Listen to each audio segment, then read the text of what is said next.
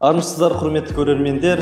Бүгін үлкен Нарын ауданында жаңадан бастау алған «Не әңгіме» атты подкастымыздың алғашқы түсірілімін бастаймыз. Не әңгіме, не әңгіме, не әңгіме, не әңгіме,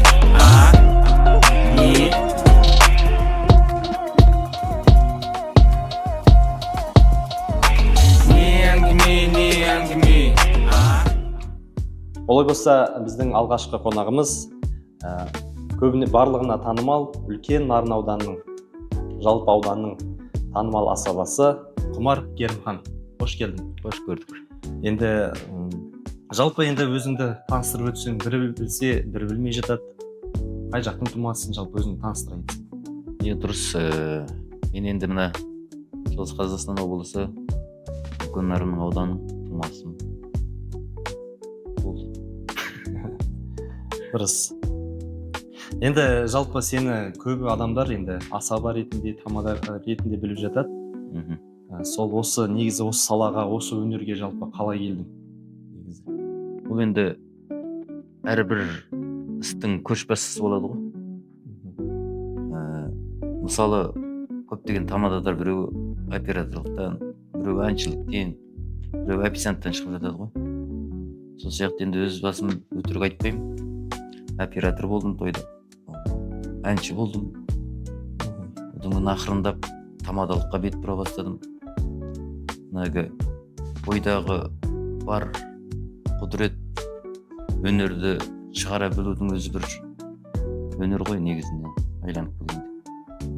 Бұл өзі басында сол тойдың саласында жүрген тақырындап осы тамадалыққа бейім бар екен өзім біле қалдым. Одан ақыл кеңес бар, жол көрсететін ағаларың бар деген сияқты. Солармен ақылдаса келе, сол тамадалыққа бет бұрған жайым бар негізі. Негізі асабаның ойында басты міндеті қандай негізі жалпы? Енді барлық бірыңғай асаба, барлық асаба бір ойды ойламайды ғой. Әрқалай ой. Сен басқа ой, мен басқа асабалар басқа ойды. Менің өз ойым халықтың көңілін таба білу, халықтың көңіліне шыға білу.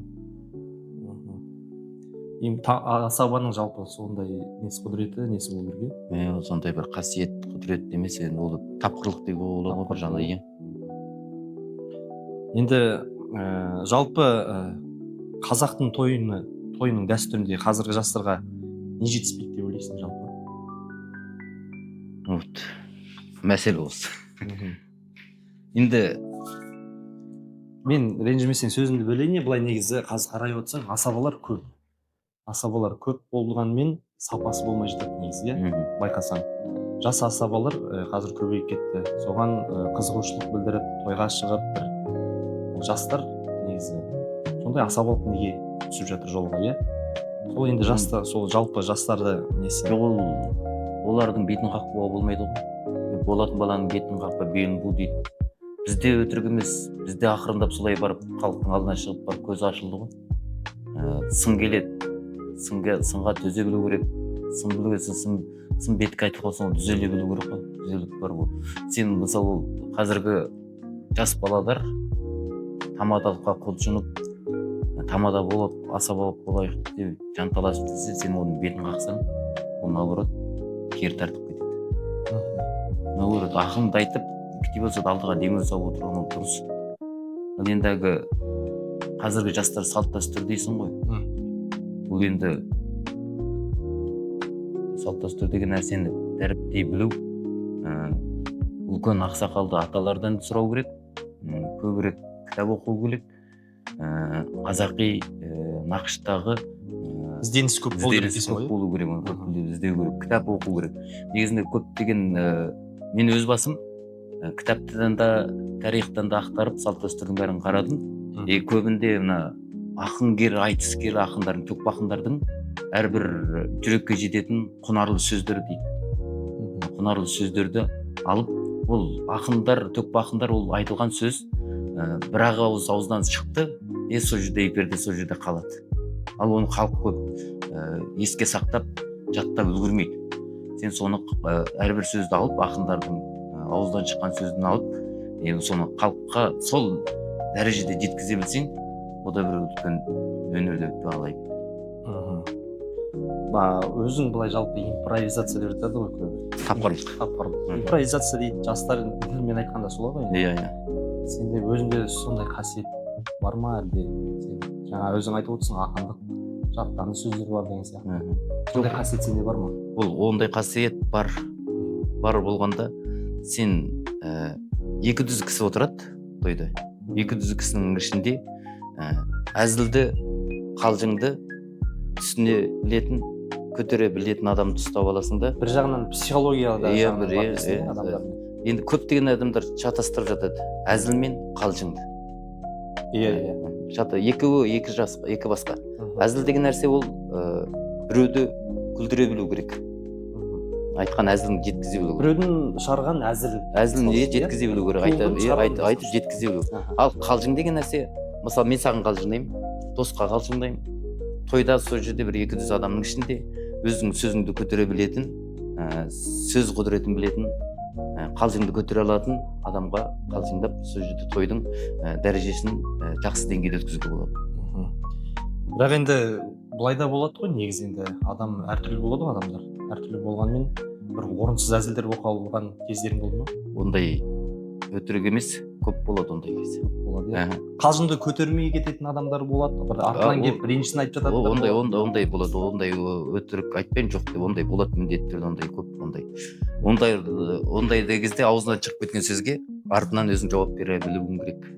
Сол жерде сытылып, сол кезде кешірім сұрап, сол орында пайдаланып кетуге болады. Кешірімді сұрағанда да кешіретін адамдар да болады, кешірмейтін адамдар да болады. О жағы бар енді. Енді адам болсаң кешірімді, оны айтасың, той ғой аға, бұл қуаныш қой, жастар бақытты болсын, сол тойдың деңгейін жақсы көтеремін ретінде сізге артық кеткен жерім болса, кешіріңіз деп, ол кешірім сұрау міндетті. Иә, кешірім сұрасаң кешіремейсің деген сияқты, иә. Енді той саласы негізі, мен мысалы үшін өзімді айта кетсем, мен де негізі тойға шығамын, өзің білесің, сен операторың да болдың. Мен мысалы үшін тойға былай келдім да, мен әнші болып бастадым да, әнші болып жүрдім тойда, сосын әншінің жанында оператор отырады, сол оператордың жанында отырып қарайсың, қызығасың, соны көрейінші дедім да, соны оператор болдым. Оператор болғаннан кейін, уже оператордан кейін асабалыға қызыға бастайсың, сөйтіп дәрежеде кете береді. Өзімде былай тойға да шығамын негізі, арасында болып қалып, кішігірім тойлар қаламын. Енді мысалы үшін той, әртүрлі тойлар болады. Сол кезде кейбір кезде мынандай болады. Сен той иесіне жақпай қаласың. Той иесіне жақпай қаласың да, той иесі келіп саған сын айтады, мысалы үшін мына жерің дұрыс болмады, мына жерің дұрыс болмады, немесе жақсы жағы болады. Той ғой, тойың жақсы, керемет басқардың рахмет деп айтып жатады. Ол әр адамның ой санасы бөлек қой, ол әрбір адамның көңілінен шыға білу деген өте қиын нәрсе ғой. Сен айтып тұрған дұрыс, солай тойдың иесінің көңілінен шыға білудің өзі бір үлкен парасат нәрсе ғой. Сондай бір тойларың болды ма? Бір той иесінен сөз естіп, бір тойға жақпай қаласың ғой. Болады енді, адам болғаннан кейін бәріміз де қателесеміз ғой, енді артық кетіп қалып, бір әзілдерді өтпей қалып, той иесін жақпай қалған кезден болды ма? Енді ондай болып көрген жоқ, енді болды ма есімде қалмады, шын айтсам. 10 жыл болды аса тамадалық болғанда. Бірақ та біздің бірін талдап, мені тамада қылып, маған сенім артқасын, ол сенімін ақтау мен үшін үлкен парыз ғой, міндет қой. Міндетке. Сол үшін тойдың алдын ала, тойдың иесімен де сөйлесесің. Ол сені біледі, ол сені көрді, ол сені танығасын, ол саған тойын сені тапсырып отыр. Сол сені ақтау керексің. Танымайтын адам біреуден естісе де, бәрібір ол сені Инстаграм қазір енді желіде көптеген интернет дамығанда сенің қандай не екеніңді, табана екеніңді бәрін интернеттен көріп отырады ғой.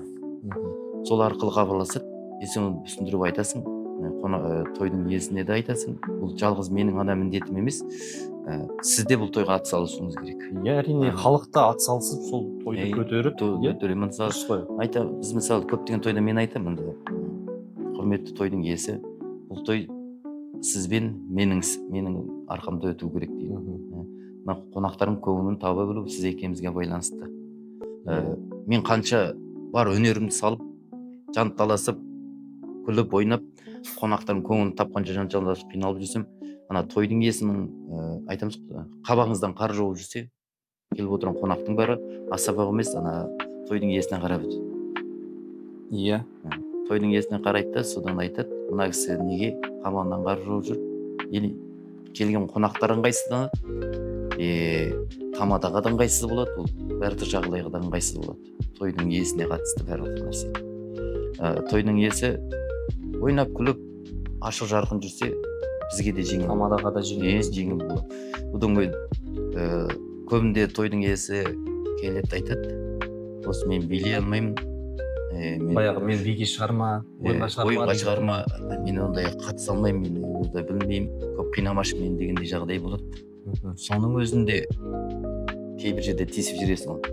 Ол міндетті түрде, онсыз болмайды. Міндетті түрде кейбір әзілдерге қосып жүресің, кейбір халықтардың көңілін көтеру үшін, кейде билемейтін адамды билетіп жүру үшін, ол тойға шақырған тойдың иесі барлығын таниды ғой. Ана еңбектеген баладан тойға келген, еңкейген қарияға дейін тойдың иесі танып отыр болсын, тойдың иесін анадар келіп отырған қонақтар айтады, бұл өмірі билемеген адам, ол үшін маған бір тосын. Уже адамдар қонақтарын біледі ғой, қандай адам екенін. Ана тойдың иесінде қонақтар біледі, сол үшін билетпейтін адамды билетіп жібергенге жақсы болады. Ол енді уже асабалықтың деп айтайық, асабалықтың несіне байланысты шығар мүмкін. Сол тапқырлыққа енді жалпы сен үшін той саласында ақша маңызды ма, әлде халықтың ықыласы маңызды? Жоқ, мынадан бастайықшы негізі. Ықылас деген ол. Мынадан бастайық. Негізі жалпы тамадалар келіскен кезде, мысалы үшін сен өзің келіскен кезде бір той иесімен, келіскен кезде өзің бір белгілеп қойған суммаң болады да, мысалы үшін 50 адамға мен мысалы үшін айтасың 50 мыңға басқарамын деген сияқты. Сен сондай нелерді неге ескеріп адамдардың жағдайына қарап деген сияқты нетесің бе?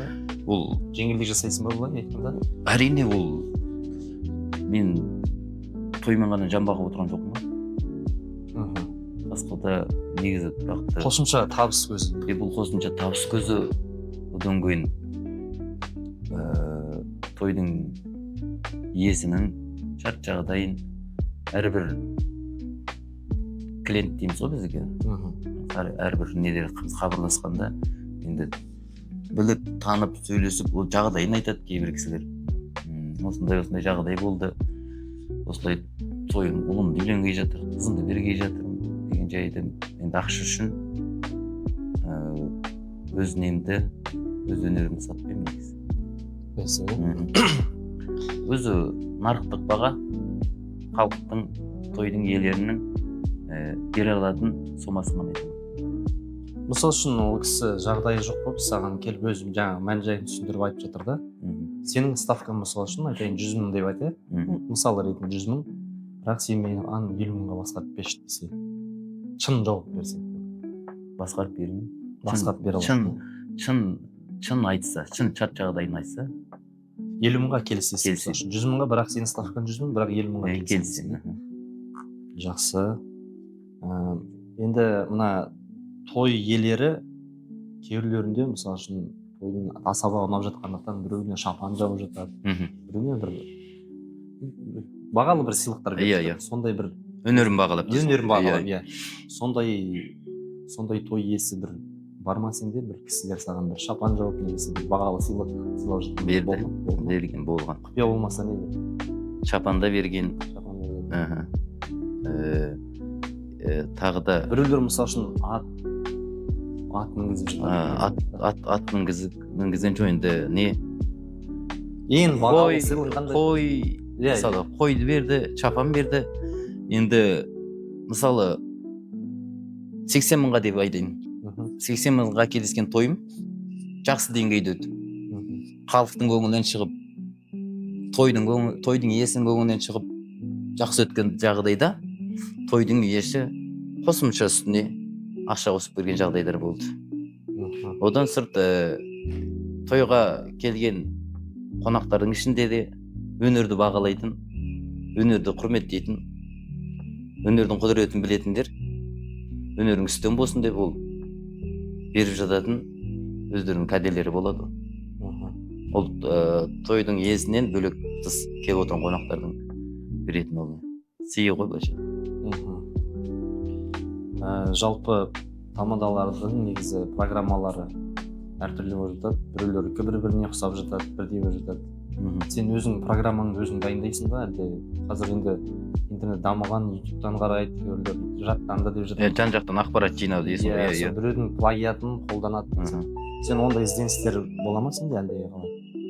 Ондай ізденістер өтірік айтпаймын, болады кейде, кейбір жағдайда. Бірақ жоқ, өзіңде мысалы үшін ютубтан да қарайсың ғой. Ойындар, мен көбінде қарайтыным программаны кітаптан, сол ақындар айтыстан көп қараймын да, нақышты сөздерді халыққа өтетін, халықтың ой санасынан терең орын алатын сөздерді іздеймін.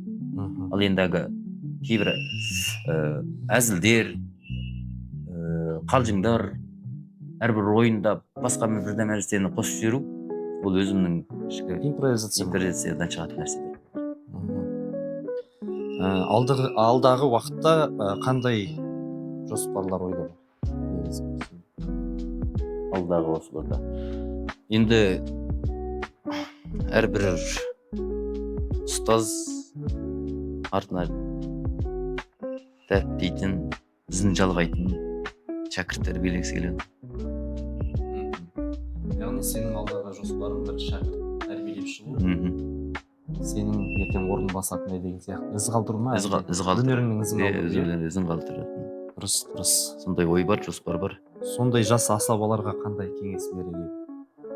Қазіргі жас асабаларға. Жас асабаларға қандай кеңес? Қазіргі, иә? Қазіргі, жалпы. Қазіргі жастар шығып жатыр ғой. Олар енді кеңес бергенде жақсылап шыңдану керек.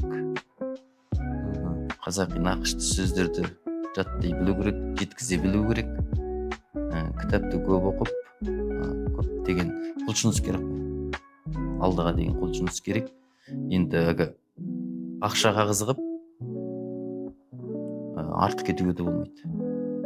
Өз несін білу керек қой. Өз дәрежесін, өз деңгейін біле білу керек. Мен қазір мында жаңа шығып жүрген асабам, жаңадан бастап жүрмін. 150-200 мың деп айтуға болады. Өз деңгейінде жүргізе алам ба, жүргізіп көрейін деп. Ана тойдың иесіне алдын ала айту керек. Міне енді шығып жүрген баламын, асабамын.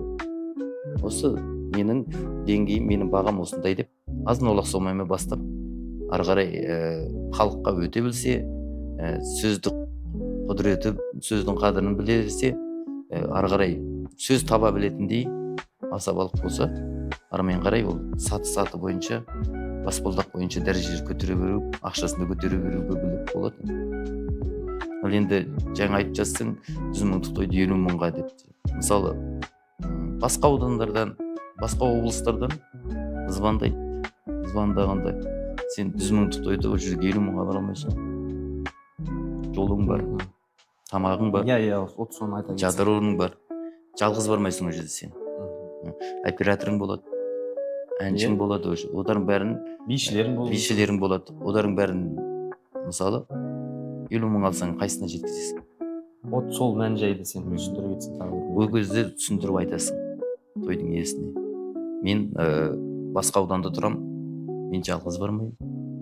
Мен қасымда баладар бар, олардың бәріне беретін бағаларын жалғыз мен ғана емес дейсіз ғой. Мен ғана емес, оларға да бәрін беремін.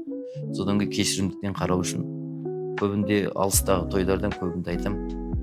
Мен мысалы 200 мың деп есептейін. Мысалы мен 200 мыңмен барам, жолым болады, жатар орным болады, тамағым болады, соның ішінде. Қасымда балалардың бәріне берем. Сіз маған 200 мың бергенше деп айтам ол кісіге. Өз аудандарыңызда тамада болса, соған басқа тамадаға басқа тамада келесе жолдасаңыздар. саңыздар деп. Енді оның бәрін көтере алатын адамдар да болады. Мгм.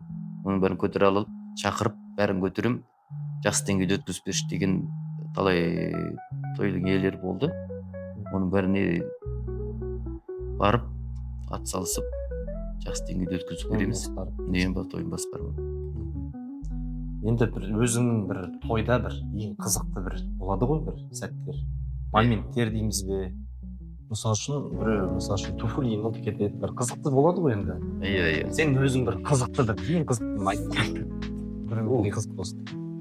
Қызықты жағдайлар әр тойда 4-5 сағат жүресің ғой. Қызықты сәттер көп болады. Әрбір қонақтың өз қызықты кездері болып болады. Біз мысалы тамададар болғанда көптеген тойға келген қонақтардың қасында тұрып тілек бірге тыңдаймыз ғой. Тойдың иесі анда тұрса, сенің қасында тұрып. Өзіңнің практикаңда болған. Қасында тұрып тілек тыңдайсың. Тілек тыңдап тұрған кезде мысалы бұл мен деген жақсы сөйлеп жүрген, сөзге шешен кісілер, сөз таба білетін адамдар ана тойдың ортасына келгенде микрофонды қолына ұстағанда басқа адамға өзгереді. Ана айтайын деп тұрған сөзін ұмытып, қандай тойға келгенін ұмытып қалады. Қобалжып, қандай тойға келгенін ұмытып қалатындар да талайдар кісілерді көргенбіз. Сол кезде қасында тұрып, ақырындап, сыбырлап, тілекке арамен қарай қосып шығарып жібереміз кісіні тойдан. Жоқ, өзіңде бір қызық жайт болды ма? Бір тойда мен мысал үшін бір рет немді ұмытып кетемін ғой. Туфлиімді ұмытып кетемін де кроссовкамен шығамын деген сияқты. Өз басында ма? Өз басында өзің бір қызық болған бір оқиға бар ма есіңде болса? Біреу мысал үшін аппаратурасы өшіп қала ма мүмкін, бір қызық бір болған бір сәттерің есіңде. Ондай қызықты сәттер көп болды ғой. Өтіркөз көп ең болды. қызықтысын айт. Ондай көп болды қызықты сәттері. Талай қызықтар болды той болғасын бәрі болады ғой. Бірақ та әрбір жаңа айтқандай 4-5 сағат тойдан кейін міндетіңді атқардың, көптеген нәрсе ұмытылып кетеді. Ана жерде 200 адам болсын, 100 адам болсын, жалғыз сол кісілер солардың алдында жалғыз тұрғасын, сын көз болады, мың көз болады. Солардың әрбір қонақтың қараған көзі көз жанары адамға әсер етеді, әлсіздетеді. Әлсіреп шаршайсың ана жерде. Сен ана жерде әрбір тойды жақсы деңгейде өткізейінші деп бар өнеріңді салып құлшынасың ғой. Оны әрбір қонақ басқа деңгейде сені екі дүзгісінің ішінде мысалы 30%-ына жақпайсың, 40%-ына жақпайсың. Олар саған қандай көзқараспен қарап отыр, оның бәрін сен біліп отырасың. Кімге өтіп отырмын, кімге өтпей отырмын, кімге жағып отырмын, кімге жақпай отырмын деген нәрсенің бәрін білесің де, оның бәрі саған әсер етеді. Тойдан кейін уже шаршаңқырап қаласың, ұмытылады. Одан ұмытылғасы келесі тойға дайындала бастауың керексің. Енді қызықты сәттерде өз қызықты сәттер енді. Мүмкін жаңа айтқандай туфлиіңді ұмытып кеттің бе, немесе операторың келмей қалды ма, бір болады, свет өшіп қалады. Ондай жағдайлар да болды. Есіңе түсіріп айтып берсең. Ең қызықты бір сәттерінде. Енді қызықты сәттер свет өшкен кезде жағдайлар болады тойдың үстінде. Свет өшкен кезде жағдайлар болғанда сен ана жерде қандай той екен, біз көбіндегі беташар тойда үлкен кісілердің тойында қайсы жағдайда қалып қаласың ғой.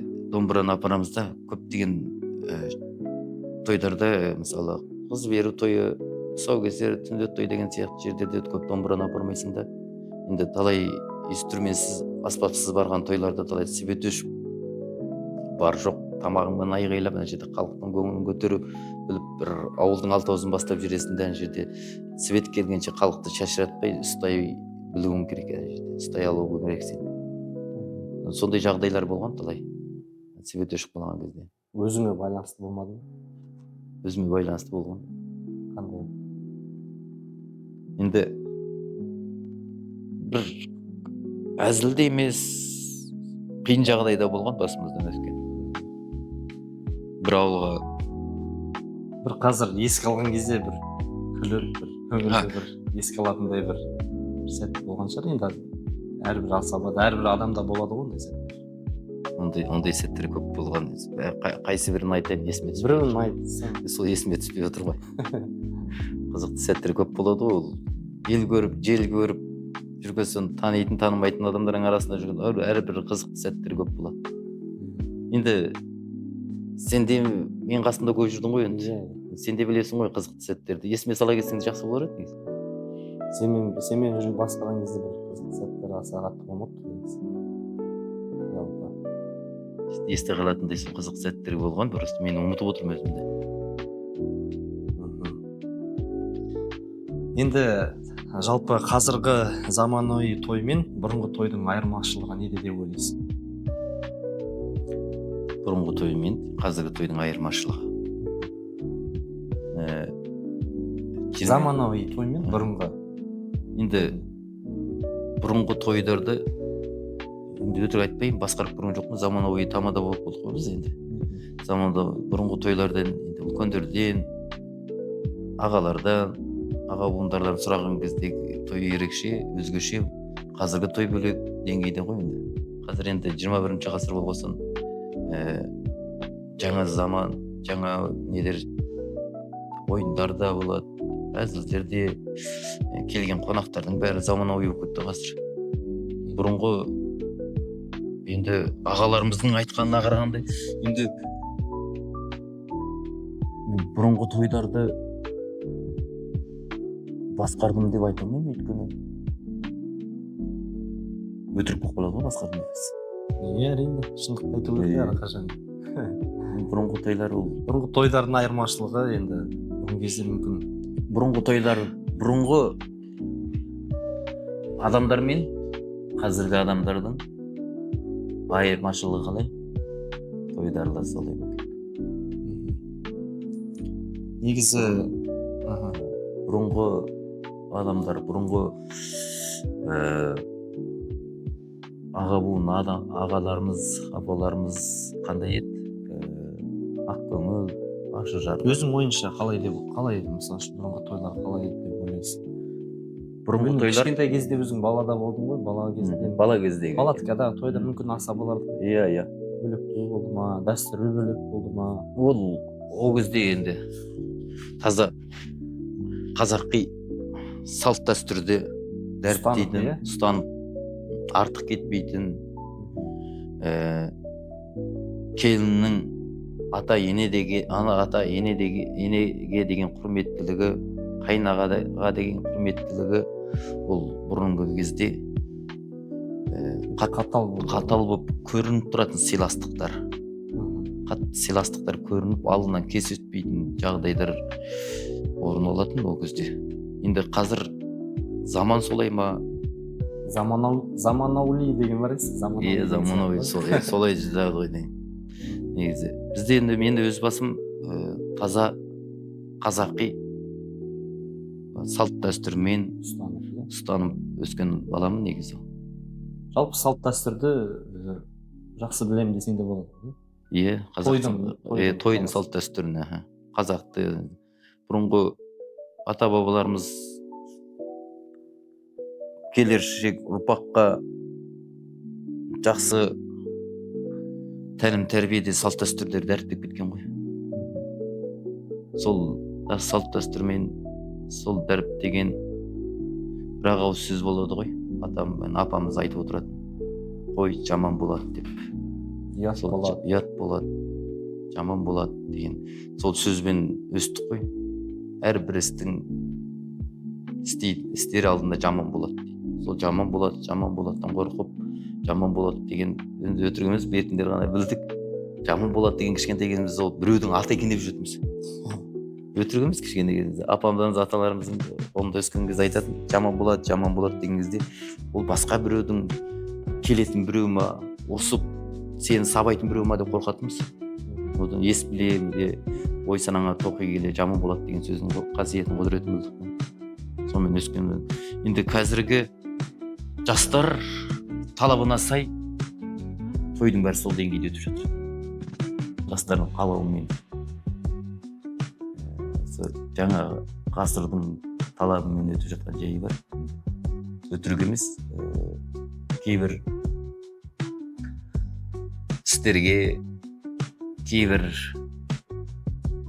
қылықтарға тойда жүргенде ішің ашитын жайлар болады. Мысалы, ойын өткізіп жатасың, бір жеңгеден апай деді қойшы, биге шақырасың, билетіп жатқан соң екінші біреуді шығарып жіберсің, екіншісін шақырасың. Сол кезде халықтың бәрі шуылдайды, анау шықсын деп, мысалы біреудің атын айтады, шықсын. Сен оны танымайсың ғой. Ол ана қызға, ана апайға, ана жігіт кім екенін білмейсің. Оны мен шақырып аламын, мен шақырып алатын, билетесің, жарыстыратасың, ойнатасың. Аяғында кім, сізге мына кісі кім болады дегенде қайнаға мен келін болып шығады. Ол кезде ішің ашиды. Білместіктен, мен білмеймін мысалы. Ана екі біліп тұрып сөйтіп істеп жатқанға мен қайтемін. Мен білместіктен істеп жүрмін. Ішім ашиды. Енді бірақ та қазіргі заман солай болды ма? Бір-біріне деген сыйластық, қайнағаның келінге деген, келіннің қайнағаға деген сыйластығы жоқ болып көзге көрінбесең ішің ашиды, ондай жағдай. Енді мына той деген аға буын келер ұрпаққа салатын, жол салатын көпір ғой мысалы. Тойда ешкім танымайтын шақырмайды ғой. Иә, әрине, танитын шақырады ғой. Көшеде жүргендер тойға да жинап алмайды ғой. Сол шақырған соң кейбір тойға келген адамдар бірін-бірі туыс екенін сол тойда біліп жатады. Енді қазіргі заманның тойы, бұрынғы заманның тойы деп жатырмыз ғой. Қазіргі заманның тойында ысырап көп деп ойламайсың ба? Әрине. Ысырап Көп. Өте көп. Қай жағынан деп ойлайсың? Бар жағынан, барлық жағынан. Қазіргі бұрын бала күнінде апам тойдан келеді, бір бауырсақпен, бір қантта келсе соған мәз болатынбыз. Өйткені ол біздің бала кезіміз. Ол кезде тойға қойылатын, дастарханға қойылатын тамақ сол. Бауырсақпен қант кәмпит болды. Ол кездегі сұрапшылдыққа сондай қатаң киім салынған, қатаң. Енді бір жағынан ойлайсың, ол кезде жоқшылық па деп ойлайсың. Жоқтан бар жасап дейді ғой қазақта. Жоқтан бар жасап той жасап жатқан соң солай болды ма деп ойлайсың.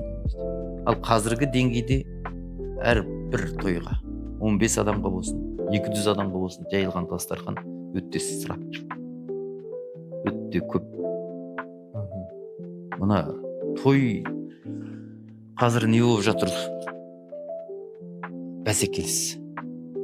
Адамдар бір-бірімен, яғни менікі жақсы өтті. Бәсекелес. Сондаймен жасалатын сияқты қазір тойлар. Ысырап көп деп ойлайсың. Ана бір стол жасады, 10 кісі отырады. Столда не жоқтың бәрі бар ғой. Не жоқтың бәрі. Ал енді бір өкінішті, бір асабалы, әрбір асабаның басынан өткен шығар өкінішті, ішің ашитын жағдай ол тойға деген құрметтік жоқ. Шақырған соң той иесіне ме, әлде тойға деген. Той көп болғасын солай ма? Жоқ, әлде тойға деген шаршағандықтан ба? Түсінбейсің. Тойға деген құрмет жоқ. Мысалы, қалай десем болады? Мысалы, ана тойдың иесі қаншама ақшасын шашып той жасап отыр. Ал ол тойдың иесі жасаған дастархан асып-тасып байлығын шашып той жасап жатқан жайы жоқ қой. Ол кісі ақ дастархан жайды. Адамдардың әртүрлі жағдайы. Ақ дастархан жайды. Жас балаларға, жас жұбайларға деп қояйын. Ақ батасымен ақ тілегін алғай отырған жайы бар ғой. Ал көптеген қонақтар сол тойға келгесін міндетсініп келеді. Но менің тойыма келді, Бізде бара салайық. мен ананың тойына бару міндет дегендей. Бармасаң ұят болады. Бармасаң ұят болады. Келесі менің тойым болады тағы. Ол келмей қала ма деген оймен баратын сияқты болады қазір. Негізі тойға келген адамдар дастарханды құрметтеп, тойдың иесін құрметтеп, жақсы жарым ырыс дейді, жақсы ақылдарын, жақсы тілектерін айтса, 100 тілектің бір тілегі болсын, қабілет содан асқан бақыт жоқ қой негізі. Иә. Енді шынын айтқан кезде қазіргі жаңа айтып отырмыз ғой, тойға деген құрмет жоқ деп. Яғни өзің де айтып отырсың, келген адамдар мен тойыма келді, баяғы мен де бара салайын деген сияқты. Сонда негізі қазір көп болып кетті негізі. Иә. Бір жағынан да қарасаң, мынандай да жағдайлар болады. Ой, ол мен тойына шақырған жоқ. Мен оны неге шақырамын деген сияқты. Негізі ондай да бар ғой қонақтар. Ондай көп негізі. Енді жалпы той саласы сен үшін бірінші орында тұра ма, немесе өзің күнделікті жұмысқа барып жүрген тұрақты жұмыс орны маңызды ма? Жаңағыда айта кеткен жағдайда ол табыс көзі. Табыс көзі дейсің, той ол табыс көзі ғой. Қосымша жұмыс. Қосымша табыс көзі. Сен үшін қайсысы бірінші орында? Тұрақты жұмыс бірінші орында. Әрине ол күнделікті сен асырайтын аның. Бірде той болса, бірде бұл болады деген сияқты. Тұрақты жұмыстың өзінің тапқан табысының берекесі ерекше зор ғой. Ал тойдан тапқан табысың, оның берекесі жоқтың қасына да барады. Қалай келді, солай кетеді дейді.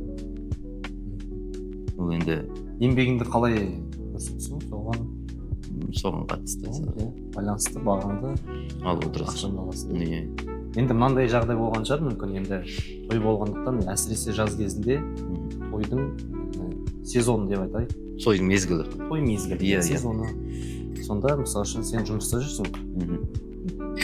Жұма күнгі саған мысалы үшін бір той шығып қалды, бірақ сен тұрақты жұмыс орнында жүрсің.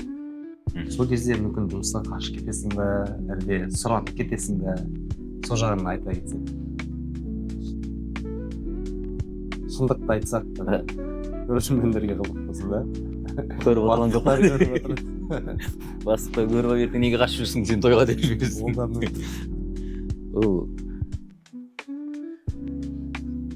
Жұмыс уақытылы, жұмыс кезінде де тойлар болады.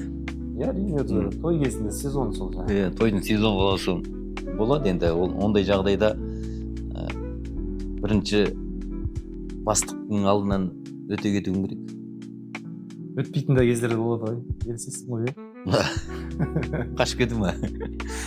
Ондай да жағдай болады. Ол бір апта. Мүмкін без содержания жазатын шығарсың. Ондай болады. Без содержания. Ондай болады.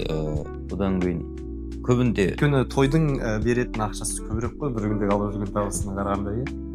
Бір жағы бар енді. Жұмыстан тыс уақытында болады көбінде тойлар кешкісін. Кешкі жұмыс уақыты бітеді.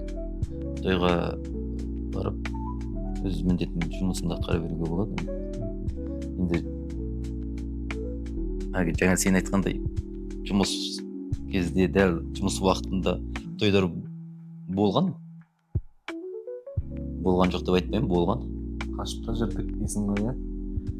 Жасыратын түгі жоқ, енді мен де тойда жүрдім ғой енді.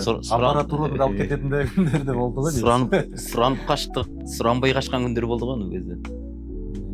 Бірақ сол кезде ыңғайсыз болып қалады, әгелде бастығын көріп қалса негізі. Қалай аппаратура алып екеуміз қашып жүрдік қой негізі. Ондай жағдайлар талай болды ғой. Иә, ондай жағдайлар болған. Ол ендігі тойға келіспей қойсын, көптеген тойлар звондайды да, бәленбей күні боссың ба дейді. Календрге қарайсың да, я бос екенмін дей саласың ғой. Күннің қай күні екенін ұмытып қалатын күндер. Пятница, суббота деп сұрамайсың ғой. Датасымен бересің. Мысалы 28 десе, 28-і жұманың қайсысы деп сұрап тұрмайсың ғой. Я дейсің, бос уақытыңды белгілемеген уақытын қарайсың да, бос екенмін дейсің, алып қоясың.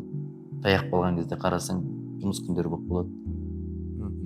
Ол кезде сол сұранып қашатын күндер, сұранбай қашатын күндер болған. Өтірік емес. Негізі сен той саласында жүрген кезде халал тойлар көп басқарасың ба, әлде арақ шараппен өтетін тойлар басқарасың ба? Мен енді өтірік айтпаймын. Халал тойда сирек кездеседі. Шығыста жүресің. Халал тойда сирек кездеседі. Енді халал тоймен Арақ шараппен болған тойдың екі басқа болады. Екі деңгейде өтеді. Иә. Оны келсін. Мен сол арақ шараппен болған тойдағы қонақтардың көңіл күйін жақсы көтере біледі. Жеңілірек саған көтерген. Әзілдеп, қалжыңдап, ойының әзілің жарасып тұрады әншіде көңілді. Енді халал тойдағы халал тойларда да негізі жақсы өткізуге болады. Ол негізі тамадаға байланысты ойлаймын. Ол өте дұрыс. Ол халал той болғанда да көптеген адамдар ол білдіп келетіндер болады, білмей келетіндер болады. Бірақ шай ішіңіздер деген арасында бәрі болып тұрады ғой. Ол міндетті түрде.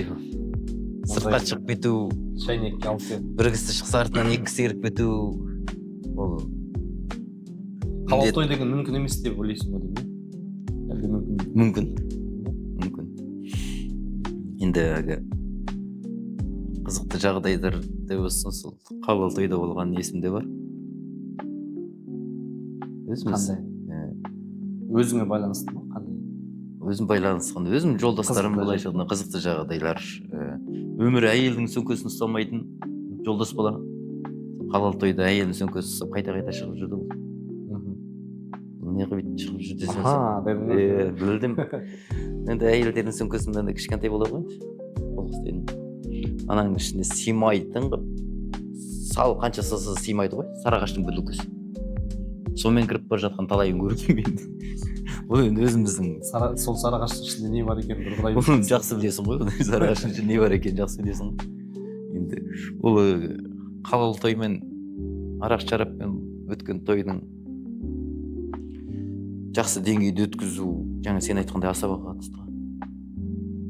Сен халал той болса да ішпей отырған қонақтарында көңілін тауып, күлдіре, әзілдетіп, ойынға қатынастыра беруіңе деп болады. Ол саған байланысты. Халал той екен деп, бірақ халалға шегеленіп қалуға да болмайды. Ол бірінші келіп отырған қонақтарға ыңғайсыз, екінші той жасап отырған тойдың иелерінің ыңғайсыз болады. Сен әр жерде өзің білесің, шық қой деген сөзді айтпасаң болды. Көтеріп алып қойыңыздар деген сөзді айтпасаң болды. Қалған басқа сөздердің бәрін айта бер. Әзілің жарасса болды. Әзілің жарасса, той есімен ойна дейді. Сол сияқты жағдай ғой. Енді Құдай қаласа оразада осы ауданда халал той болса, ораза енді. Ораза кезінде әсіресе тойлар. Ол кезде Құдай қалап енді бұрын сонды болмаған, енді биыл соны қолға алайын деп тұрмын. Халал той болса, ораза айында тегін барып басқарып. Жаңа жаңалық. Оған да сол дайындық жасап жатырмын. Ол жерде де тегін басқарып бересің. Тегін басқарып беремін, Құдай қаласа. Құрметті көрермендер, өздеріңіз көріп отырсыздар, ораза кезінде мүмкін тойларыңыз болып қалса, Құмарға тегін келіп тойларыңызды басқартуға болады. Құмар Керімхан деп саған бір жарнама реклама жасап қояйын. Тегін басқарып беремін, ақшасын берсе болды деп. Тегін басқарасың? Тегін басқарамын. Ораза айындағы халал тойды. Ораза кезінде. Бұнда тек айтып отырған жоқпын. Ораза айында көпшілік той жасамай шығар енді. Мүмкін қайдан білесің, осы сәтті көріп, осы видеоны көріп, бүгінгі... Егер де осы сұхбатты көріп, мүмкін айтатын шығармын, осы тамада, осы Құмар деген бар екен, ораза айында давай той жасап жіберейік дегендер осы сұхбатты көріп, мен үшін той жасайтын болса, әрине, тегін баруға дайын. жақсы деңгейде өткізіп беру. Жақсы, енді ол бір жағынан Өткізіп беруге. ораза кезінде үлкен бір сауап болады өзіңе. Иә. Керемет бастама деп ойлаймын өзің ойы. Енді кішігірім ойын ойнап жүрсек саған бір дайындаған кішігірім бір ойымыз бар. Енді сен асабасың, таба Тапқырлық болу керек деші. Иә, сен кішігірім импровизация деп айтып отырмыз ғой, сенің импровизацияңды тексеріп жүрсек. Сен әлгі менің өзім ойнап жүрген ойымды өткізе тұрып жатрсың ба? Жоқ, өзіміз дайындаған біздің әріптесіміз жастар орталығының әріптестері ұжымы ұйымдастырған. Мына телевизорға назар аударайық. Көріп тұрсың ба? Былай алайық. Бір той басқарып жатсың. Той басқарып жатсың. Кімнің тойын деп алайық, мысалы үшін?